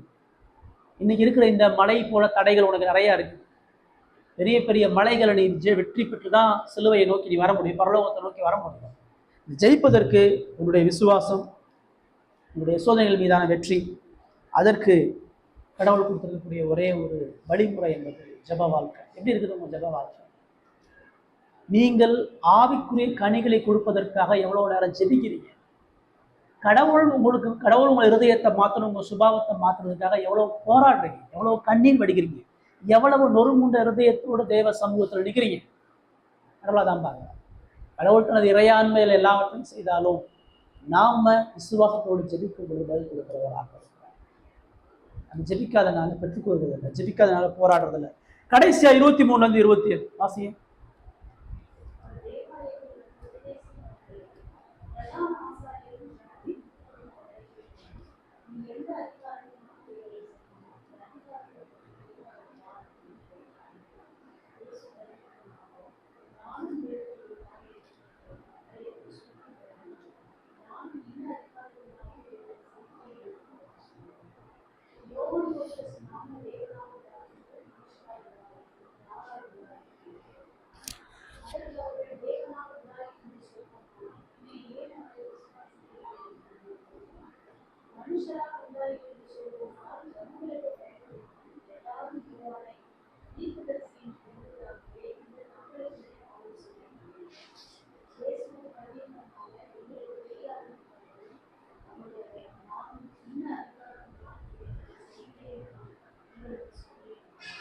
ரைட். அவர் எருசலேமை நோக்கி மறுபடியும் தேவாலயத்தை நோக்கி தான் வர்றாரு. சீசர்களுக்கு பாடத்தை கற்றுத் தருகிறாரு. இப்ப நேரம் தேவாலயத்துக்கு வரார். 23 பக்கம் தேவாலயத்துக்கு வரார். வந்து உபதேசம் பண்ணுகையில் அவருடைய ஆதங்கம், அந்த ஜனங்களுடைய அழிவு இந்த அத்திமரத்தை போல சீக்கிரமா முடிய போகுது, அவர்கள் வெகு சீக்கிரத்துல சுட்டரிக்கப்பட போகிறார்கள் என்கிற அந்த ஆதங்கத்தோட தேவாலயத்துல வந்து மறுபடியும் உபதேசிக்கிறார். அவருடைய போராட்டம் பாருங்க. அவருக்கு இன்னும் 4 நாள் தான் இருக்கு சிலுவையில தொங்குறதுக்கு. இன்னும் 4 நாள் அவருடைய மரணம் குறிக்கப்பட்டுருச்சு. இன்னும் 4 நாள் அவர் துண்டாடப்பட போகிறார். ஆனாலும் அந்த ஜனங்களுடைய மனம் திரும்புதலுக்காக அவர் போராடுகிறார். அந்த ஜனங்களுடைய மீட்புக்காக அவர் மறுபடியும் இறுதி வர உபதேசத்தை தொடர்ந்து போதிக்கிறவராக இருக்கிறார். முதல் 17-19 கனியற்ற பக்தி அளிக்கப்படும் பார்த்தோம். 20-22 கனி கொடுக்கக்கூடிய மனிதர்களுடைய வாழ்வு நிலைத்திருக்குன்றதை பார்க்கிறோம். மூணாவது 23-27 கனியற்ற அதிகாரம் உள்ள மனிதர்கள் நித்திய ஆக்கினை அடைவார்கள். கனியற்ற அதிகாரம் உள்ள மனிதர்கள் நித்திய ஆக்கினை அடைவார்கள். எப்படி இதான் பார்க்கணும். உபதேசம் பண்றார், அந்த ஜனங்களை அவர் நிராகரிச்சுட்டே இருக்கிறாங்க, அவர் அசட்டை பண்ணிட்டே இருக்கிறாங்க, அவர் புறந்தள்ளிட்டே இருக்கிறாங்க. ஆனால் அவர் மறுபடியும் ஆலயத்துல வந்து உபதேசிக்கிறார். இப்ப இந்த பிரதான ஆசாரியர்கள் கேள்விப்பட்டு, ஜனத்தின் மூப்பர்கள் கேள்விப்பட்டு அவங்க வர்றாங்க. ஏசு அவங்களுக்கு ஒரு கொள்ளை நோயா இருக்கிறார். ஏசு அவங்களுக்கு இரிட்டேட்டிங் பண்றவரா இருக்கிறார். எவ்வளவு அடிச்சு துரத்தினாலும் அவர் மறுபடியும் வந்து அந்த ஜனங்களோடு இடைப்பட்டு அவர்களுக்கு பிரசங்கிக்கிறத அவங்க பார்த்து அவரை எப்படியாச்சும் மார்க்கில் பார்க்கும்போது அவரை சோதிக்கும்படி வந்தார்கள். அவர் எப்படியாச்சும் கைது பண்ணி கொலை பண்ணணும், அவர் குற்றம் சாட்டணும், அவர் மேல தவறு இருக்குன்றத காட்டும்படியாக அவங்க யோசிச்சுட்டாங்க. வந்து அவர்கிட்ட கேட்குறாங்க, யார் இந்த அதிகாரத்தை கொடுத்தது? எந்த அதிகாரத்தினால் இவைகளை செய்யுங்க? யாரை கேட்டு ஆலயத்துல காசு விற்கிறவனை வெளியே அனுப்புனீங்க? யாரை கேட்டு ஆடு மாடு விற்கிறவனை துரத்துனீங்க? யாரை கேட்டு குருடனை சுகப்படுத்துனீங்க? இந்த மக்களை யாரை கேட்டு ஆலயத்துல துதிக்கி விட்டீங்க? இந்த ஆலயத்துக்கு உடக்கும் போது என்ன சொல்லுவாங்க? யார் இந்த ஆலயத்துல? நான் தான் ஆசாரியன். இங்க இருக்கக்கூடிய இந்த சனகரிப்பு சங்க தலைவர்கள் தான் இந்த ஆலயத்துக்கு பாதுகாவலர்கள். உனக்கு இந்த ஆலயத்துக்கு என்ன சங்கம்? யாரை கேட்டு நீ பிரசங்கம் பண்ணிட்டு இருக்கிற? உனக்கு என்ன அத்தாரிட்டி இந்த ஆலயத்துல? நியாயமான கேள்விதான், மனசீகமா சரிதான். அவங்க கட்டின ஆலயம், அவங்க இருக்கிறாங்க. இயேசுக்கு என்ன அதிகாரம் கேட்கிறாங்க. இயேசு பதில் சொல்லல, நானும் உங்களிடத்தில் ஒரு காரியத்தை கேட்கிறேன்னு சொல்லி அவர் கேட்கிறார். முதல்ல ஒன்று தெரிஞ்சுக்கணும், இயேசுவினுடைய எல்லா செயல்களுமே அவருடைய அதிகாரத்தை நிலைநிறுத்துகிறது. ஆலயத்தில் அவர் செய்த ஒவ்வொரு அற்புதமும் அவர் மேசியா என்பதை உறுதிப்படுத்துகிறது. அவர் செத்தவனை உயிரோடு எழுப்புனது, படைப்பின் மேல் அவர் கொண்டது அதிகாரம், அவருடைய ஒவ்வொரு அடையாளங்களும் அவர் தேவகுமாரன் திருத்துவத்தினுடைய 2வது நபருக்கான உறுதியான அதிகாரத்தை மக்களுக்கு வெளிப்படுத்தி. சொல்லப்போனா அந்த ஆலயம் அவருக்காக தான் கட்டப்பட்டுச்சு. அந்த ஆலயத்தினுடைய நாயகரே அவர் தான். அந்த ஆலயத்தினுடைய பலி, பண்டிகை, அந்த அந்த மக்கள் எல்லாருக்கும் அவர் தான் அதிபதி. அவருடைய அதிகாரத்தை எந்த மனிதனும் என்ன அதிகாரம் கேட்க வேண்டிய எந்த அவசியமும் இல்லாத அளவுக்கு தான் அவர் நிரூபிச்சார். அவருடைய பிரசங்கம் ஒருவனும் ஒரு காலம் கேட்டதுன்னு அவங்க தான் சொன்னாங்க. அவருடைய பிரசங்கம் வேத பாடல்களை போல இல்லாம அதிகாரம் உடையதா, ஆவியானவருடைய அதிகாரத்தோடு அந்த பிரசங்கம் ஜனங்களுடைய கண்களை திறந்தது. அது மாத்திரம் இல்லாம பிதாவாகிய தேவன் அவரை வானத்தை திறந்து அவர் ஆசீர்வதிச்சு இஸ்ரவேல் ஜனங்களுக்கு அனுப்பினார். இப்படி ஒட்டுமொத்த அதிகாரத்தை அவர் தான் கொண்டிருக்கிறார். எந்த ஒரு மனிதன் அவரை பார்த்து எந்த அதிகாரம்னு சொல்லி கேட்க வேண்டிய எந்த அவசியமும் இல்லை. இம்மட்டும் அந்த ஆலயம் நிலைத்திருப்பதற்கு காரணமே அவர் தான். அவங்க பண்டிகை கொண்டாடுவதற்கு காரணமே அவர் தான். எல்லா அதிகாரம் இருக்கிற அவரை பார்த்து என்ன அதிகாரம்னு எந்த மனுஷனும் மடையனும் கூட கேட்க மாட்டாங்க. ஆனாலும் கூட அவர் என்ன அதிகாரம் கேட்டுட்டு இருக்கிற? என் அதிகாரம் உனக்கு தரலையா? என் பிரசங்கம் சொல்லலையா என் அதிகாரம் எங்க இருந்து வந்துச்சுன்னு? என் அற்புத அடையாளங்கள் சொல்லலையா என்னுடைய அதிகாரம் எங்க இருந்து வந்துச்சுன்னு? நான் உனக்கு போதிச்ச ஒவ்வொரு உபதேசமும் சொல்லலையா? என்னுடைய பிறப்பு சொல்லலை, என்னுடைய சோதனையின் வெற்றி சொல்லலை, எவ்வளவு சீசர்கள் சொல்லலை, இதெல்லாம் உனக்கு வெளிப்படுத்தலையா கேட்டுக்கலாம். நியாயமா அப்படி கேட்கலாம். அந்த கூட்டாட்டம் உள்ள அந்த ஆசாரியர்களுடைய அந்த தவறான வலைகள் மத்தியிலும் கூட அவர் இன்னமும் அன்புள்ளவரா, இன்னமும் தயவுள்ளவரா, அவர்களுடைய மனமாற்றத்திற்காக போராடுகிறவரா அவங்க புரிய வைக்கிறார். இவங்களுக்கு அவருடைய அதிகாரம் தெரியாதனால கேள்வி கேட்கல, அவருடைய அதிகாரம் தெரிஞ்சனால தான் கேள்வி கேட்கிறாங்க. அவர் எப்படிப்பட்ட அதிகாரத்தை காட்டுறாங்க புரிஞ்சனாலதான் அவங்களுடைய அதிகாரம் பாதிக்கப்படுறதுனாலதான் கேள்வி கேட்கிறாங்க. இப்ப அவரு அந்த அதிகாரத்தை ஒரு ஒப்பீடோட புரிய வைக்கிறார். ஒரு சின்ன ஓமானத்தை சொல்லி இப்ப புரிய வைக்கிறார். இப்ப அதிகாரத்தை கேட்கிற நான் என்ன அதிகாரத்தை செஞ்சேன். இப்போ நான் உன்கிட்ட ஒன்று கேட்குறேன். சொல்றாரு, யோவான் கொடுத்த ஸ்நானம். எனக்கு முன்னாடி ஒருத்தன் ஊழியம் பண்ணான்ல, எனக்கு முன்னாடி வனாந்தரத்துல கத்திட்டு இருந்தான்ல ஒரு ஊழியக்காரன். அந்த யோவான் ஸ்நானகனுடைய ஊழியம் யாருடைய அதிகாரத்தால செய்யப்பட்டது? யோவான் கொடுத்து ஸ்நானம் சொல்லும்போது ஞானஸ்தானத்தை மாத்திரமில்ல, யோவானுடைய ஊழியத்தை சேர்த்தான் சொல்றாரு. அது யார் மூலமா செய்யப்பட்டது? அவன் யார் மூலமா செய்யப்படுதுன்னு கேள்வியை முடிக்கல. அது மனுஷரால் உண்டாயிற்றோ தேவனால் உண்டாயிற்றோ யாரால் உண்டாயிற்றுன்னு கேட்கிறார். என் அதிகாரத்தை நீ கேள்வி கேட்கிறேன். என் அதிகாரம் என்னன்றதை நான் உனக்கு சொல்றேன், நீ எனக்கு ஒன்று சொல்லு. யோவானுடைய அதிகாரம் மனுஷனால உண்டாச்சா தேவனால உண்டாச்சா? அவர் அப்படி சொல்லுவார். எப்பயுமே பாருங்க, எல்லா கேள்விகளுக்கும் பதில் சொல்ல வேண்டிய அவசியம் கிடையாது. சில கேள்விகளுக்கு பதில் சொல்லாம கடந்து போயிடும். சில கேள்விகளுக்கு மறுபடியும் கேள்வி கேட்கணும். ஞானம் தேவை. அந்த கேள்வி உண்மையாகவே அர்த்தமுள்ளதா, அவசியமானதா, அந்த கேள்விக்கான பதில் பிரயோஜனமானதான்னு சிந்திக்காம பேசக்கூடாது. நிறைய நேரம் முட்டாள்தனமான கேள்விக்கெல்லாம் பதில் சொல்ல வேண்டிய அவசியம் இல்லை. இயேசு அவர்களுக்கு மறுபடியும் அதை உணர்த்தி அவங்க கேள்விக்கான பதில் இன்னொரு கேள்வியின் மூலமா கொடுக்குறார். இப்ப அவங்க யோசிக்கிறாங்க, அவங்க இந்த பதில் அவங்க எதிர்பார்க்கல. எங்களால் சொல்ல முடியாது, அது எதுக்கு நாங்க சொல்லணும்னு கேட்கல. இப்ப அவங்க இருதயத்துக்குள்ள யோசிக்கிறத மத்தேயு இங்க எழுதுறாரு. அவங்க யோசிச்சு யோவானுடைய அதிகாரம் கடவுளால கொடுக்கப்பட்டுதான் வந்தார். ஏன்னா அவர் கடவுளுடைய வார்த்தையை பிரசங்கம் பண்ணார். அநேக ஜனங்கள் ஞானஸ்தானம் பெற்றாங்க, அநேக ஜனங்கள் மனம் திரும்பினாங்க. பரிசேயர்கள் முதற்கொண்டு யோவானுடைய ஊழியத்தை சாட்சி பகிர்ந்தாங்க. வேதப்பாரகர்லாம் கூட போனாங்க. அது ஒரு புரட்சிகரமான ஊழியம். அது சாதாரண அதிகாரத்தில் வந்திருக்கிறார். அவரே தன்னை மீட்பரின் தூதுவனாக எலியாவாக சொல்லியிருக்கிறார். அதனால நிச்சயமா அது கடவுளுடைய அதிகாரம் தான். அந்த முடிவை அவங்க எடுக்கலாம். இப்ப கடவுளுடைய அதிகாரம்னு சொன்னா அந்த யோவான் ஸ்நானகனையே நீ அங்கீகரிக்கணும்னு கேட்பார். நீ சனகரிப்புல தேவாலயத்துல ஒரு அதிகாரியா இருந்துட்டு ஒரு தேவ மனிதனுடைய அதிகாரத்தை நீயே நிராகரிச்ச. அந்த தேவ மனிதனுடைய அதிகாரத்தை நீ கேள்வி கேட்டியா? ஏன் கேள்வி கேட்கல, ஏன் புரியலன்னு சொல்லி ஒரு கேள்வி வரும். இப்ப அது கடவுளுடைய அதிகாரம் இல்லை, அது ஒரு சாதாரண ஒரு மனுஷன். அது அவனை உருவாக்கல, கடவுள் அவனோட பேசல, கடவுள் அவனுக்கு எந்த வெளிப்பாட்டையும் கொடுக்கல. அவன் மக்களை ஏமாத்துறதுக்காக அவனே மனுஷிகமா முடிவெடுத்து பண்ணான்.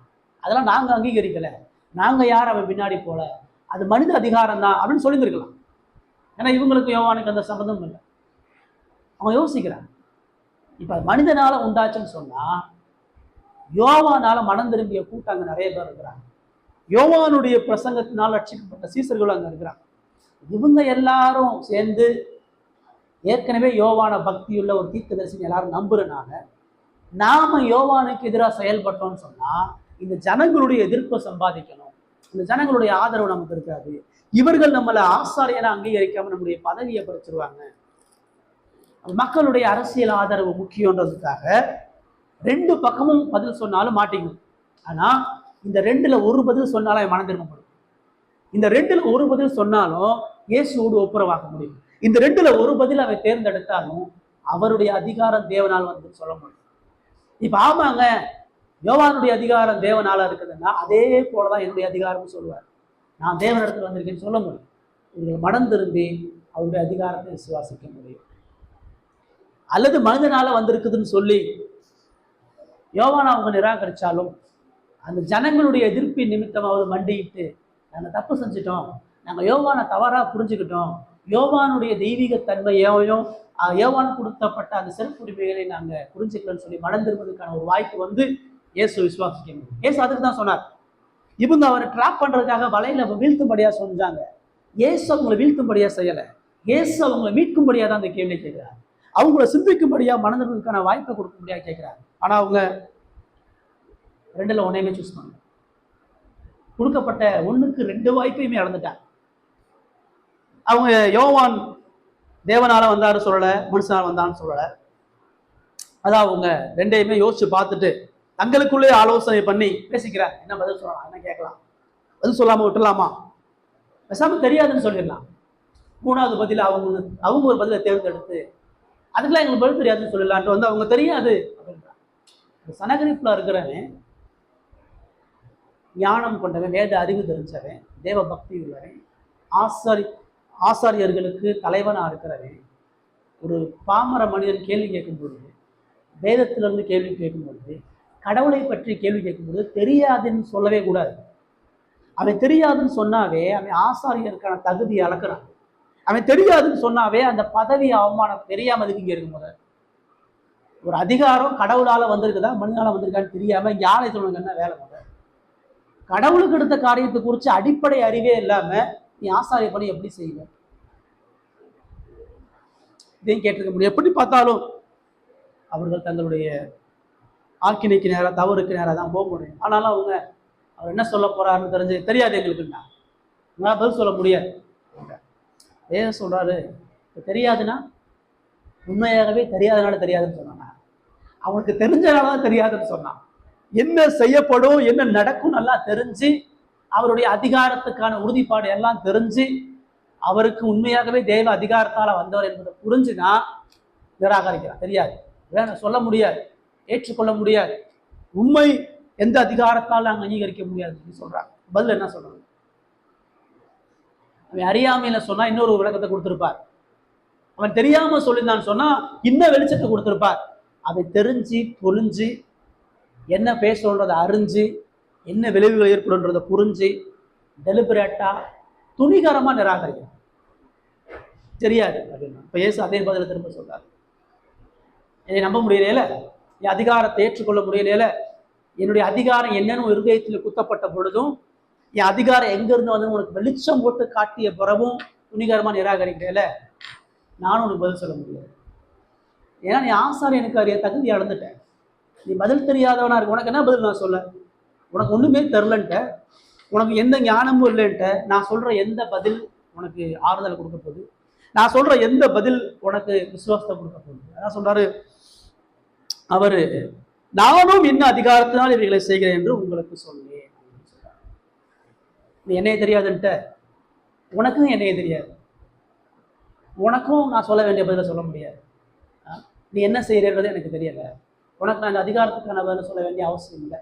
ஏன்னா உன் அதிகாரத்தை நீ இழந்துட்ட. இந்த கேள்விக்கான தகுதியவே நீ இழந்துட்ட, உரிமையவே இழந்துட்ட. உன்கிட்ட பதில் சொல்லி ஒரு பிரயோஜனம் இல்லைன்னு அவர் சொல்றாரு. நானும் உங்களுக்கு என்ன அதிகாரத்தை நான் செய்கிறேன் என்று சொல்லன்னு சொல்லி சொல்றாரு. ரைட். இப்ப 4 காரியங்களை முக்கியமா நம்ம பார்க்கிறோம். முதல்ல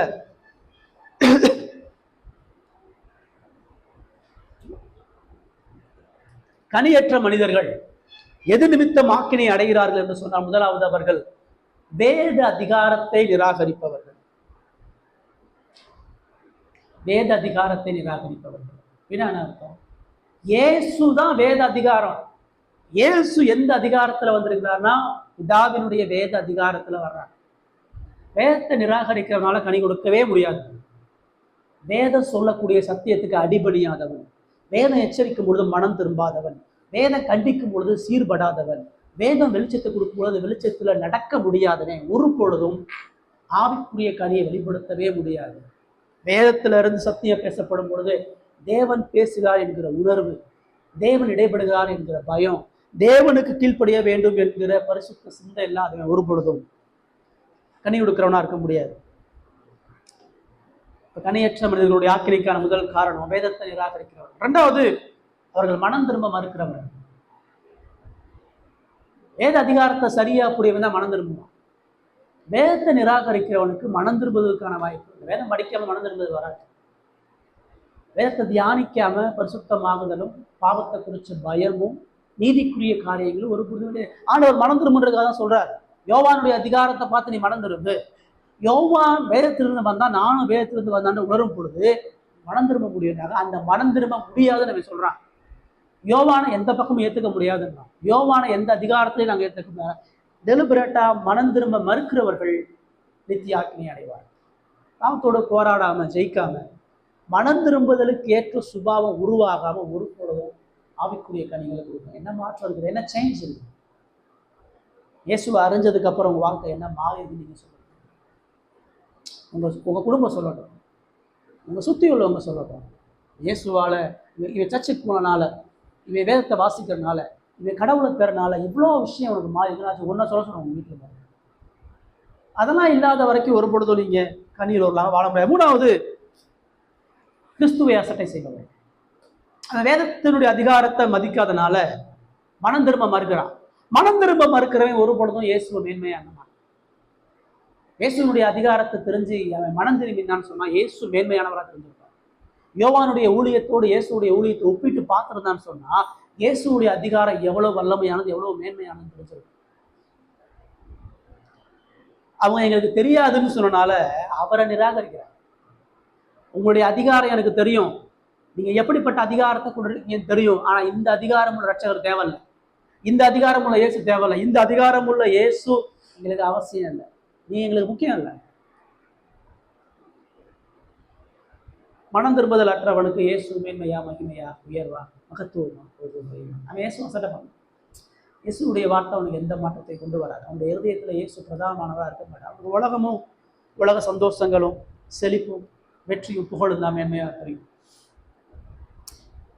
ஃபைனலா கனியற்றவர்கள் ஏன் நித்திய ஆக்கினையை போகிறார்கள் சொன்னால் அவர்கள் கிறிஸ்துவினால் நித்தியத்துக்கும் புறக்கணிக்கப்படுகிறார்கள். அவர்கள் கிறிஸ்துவால் நித்தியத்துக்கும் புறக்கணிக்க. வேத அதிகாரத்தை கீழ்ப்படியாதவன், மனம் திரும்ப மறுக்கிறவன், கிறிஸ்துவ அசட்டை செய்கிறவன் கிறிஸ்துவாலே புறக்கணிக்கப்படும். எந்த இயேசு மீட்பை வழங்கினாரோ, எந்த இயேசு மன்னிப்பு வழங்கினாரோ அந்த இயேசுவே உனக்கு பதில் சொல்ல முடியாதுன்ட்டார். உன்னையே தெரியாது, உனக்கு எனக்கு எந்த சம்மந்தம் இல்லைன்ட்டார். இனிமேல் அதிகாரத்தை குறித்து பேசுறதுக்கு உனக்கு எனக்கு எந்த உறவு இல்லைன்ட்டார். அவர்கள் அவரை புறக்கணித்தார்கள், இப்பொழுது அவர் அவர்களை புறக்கணிச்சிட்டார். சத்தியத்தை தெரிந்தோ கீழ்ப்படியாம துணிகரமா இயேசுவுக்கு பயந்து வாழாம, இயேசுவை மேன்மையா இல்லாம, இயேசுவை உயிர் மூச்சா என்னாம வாழாத ஒவ்வொரு மனிதனும் இயேசுவால புறக்கணிக்கப்படணும், இயேசுவால் நிராகரிக்கப்படணும். இவர்கள் நித்தியத்துக்கும் அதுக்கப்புறம் எந்த வாய்ப்பும் இல்லைங்க, அவ்வளவுதாங்க. இதுக்கப்புறம் டோரை க்ளோஸ் பண்ணிட்டாங்க.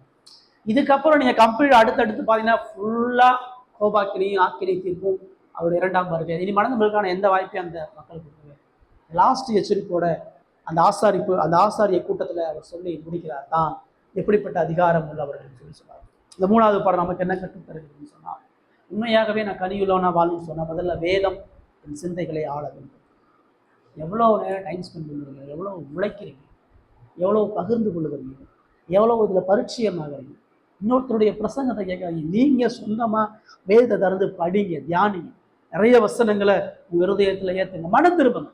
திருமறை வேதத்தோட உறவு கொள்ளுகிறவனுக்கு அடையாளம் மனம் திரும்புகிறவனாக இருக்கணும், கீழ்ப்படுகிறவனாக இருக்கணும், பரிசுத்தம் அடைகிறவனாக இருக்கணும், தேவனுக்குரிய காரியங்களில் தன்னை உட்புகுத்துறவனாக இருக்கும், கிறிஸ்துவ மேன்மையான்றவனாக இருக்கும். அவன் சுவாசிச்சாலும் நடந்தாலும் போனாலும் இயேசுவை முன்னிலைப்படுத்துகிறவனாக இருக்கும். அவனுடைய வாழ்க்கை கிறிஸ்துவனுடைய மீட்பு வெளிப்படக்கூடிய நற்கந்தகமாக இருக்கும். இதெல்லாம் இருக்குது, இதெல்லாம் உங்கள் வாழ்க்கையில் காணப்படுகிறது. கிறிஸ்துவனுடைய நித்தியத்தினுடைய மகிழ்ச்சிக்குள்ளாக எப்பொழுதும் நோக்கி ஓடுகிறவனாக இருக்கும். இதுதாங்க அவர் வந்தார். நீங்கள் நானும் கனி கொடுவதற்காக தான் அவர் சிலுவையை நோக்கி போராடினார். இன்னைக்கு இந்த துன்மார்க்கமான இந்த எருசலேமுக்காக போராடிய போராட்டம் அவரை முற்றிலும் புறக்கணித்து தள்ளியது. ஆனா உங்களுக்கு எனக்காக அவர் போராடின போராட்டம் அவர் பிதாவினிடத்திலிருந்தே புறக்கணித்து தள்ளப்பட்டார். உங்களுக்காக எனக்காக மீட்பை கொடுப்பதற்காக, நீங்களும் நானும் ஆவிக்குரிய கனிகளை கொடுப்பதற்காக அவர் தனது ஆவியை நொறுக்க பண்ணினார். அவர் மண்டியிட்டாரு, அவர் ஹிருதயத்தை உடைச்சாரு, ரத்தத்தை சிந்தினாரு. உங்களை என்னை மீட்பதற்கு தான் ஜீவனையே பலிகாடாக ஒப்புக் கொடுத்தார். நீங்களும் நானும் பரிசுத்தம் அடைவதற்கு, மீட்பை அடைவதற்கு ரத்தத்தை எல்லாம் அவர் சிந்திருக்கிறார். நான் ஜீவனையே முழுமையாக ஒப்புக் கொடுக்கிறார். நீங்க எப்படி போராடுறீங்க? பாவத்துக்கு எதிரான இயேசுடைய போராட்டத்தை உன்னிப்பா நீங்க பார்க்காம நீங்க போராட முடியாது. என்னுடைய வாழ்க்கையில அன்பு, சமாதானம், இச்சை அடக்கம், நீடிய பொறுமை எல்லாம் வரணும் அப்படின்னு சொன்னா இயேசு அதை எப்படி வெளிப்படுத்தும்? இயேசுக்கு எவ்வளவு பொறுமை பாருங்க, எவ்வளவு அவமானத்தின் மத்தியும் எவ்வளவு அன்பு உள்ளவரா, மன்னிப்பு உள்ளவரா, இரக்கம் உள்ளவரா, ஞானம் உள்ளவரா, மீட்பையும் அன்பையும் பகிர்ந்து கொடுக்கிறவரா இருக்கிறார். நியாயம் தீர்க்கக்கூடிய இயேசு மனந்திருப்பதற்கான வழிகளை ஏற்படுத்துறார். பாவத்தோடு போராடுறீங்களா? பாவத்தை ஜெயிக்க உங்களுக்கு தெரியுமா? உங்களுடைய வீக்னஸ் என்ன தெரியும்? உங்களை இயேசுவையும் பிரிக்கிறது என்னன்றது உங்களுக்கு தெரியுமா? உங்களிடத்துல இயேசு வெளிப்படாம போறதுக்கான பிரச்சனை என்னன்றது அறியறீங்களா? அதுல இருந்து விடுதலை பெறணுன்ற உணர்வு இருக்குதா? அந்த பாவத்தை ஜெயிக்கணுன்ற ஆசை இருக்குதா? அந்த பாவத்திலிருந்து இன்னும் அதிகமா கிறிஸ்துவனுடைய மகிமை வெளிப்படுத்துவதற்கான முயற்சிகளை, அர்ப்பணிப்புகளை, இழப்புகளையும் செய்கிறீங்களா? எந்த சுபாவம் இருக்குது? எப்படி வளர்றீங்க? எப்படி கிறிஸ்துவுக்குள்ளாக உங்களை இணைத்துக் கொள்வதாக யோசிச்சு பார்த்து மனம் திரும்புங்க. கர்த்தர் அவருக்கு ஏற்ற கனியுள்ள மனிதர்களா, திருச்சபையில தேவனுக்கு பிரியமுள்ள மனிதர்களா நம்மை மாற்றுவாரா?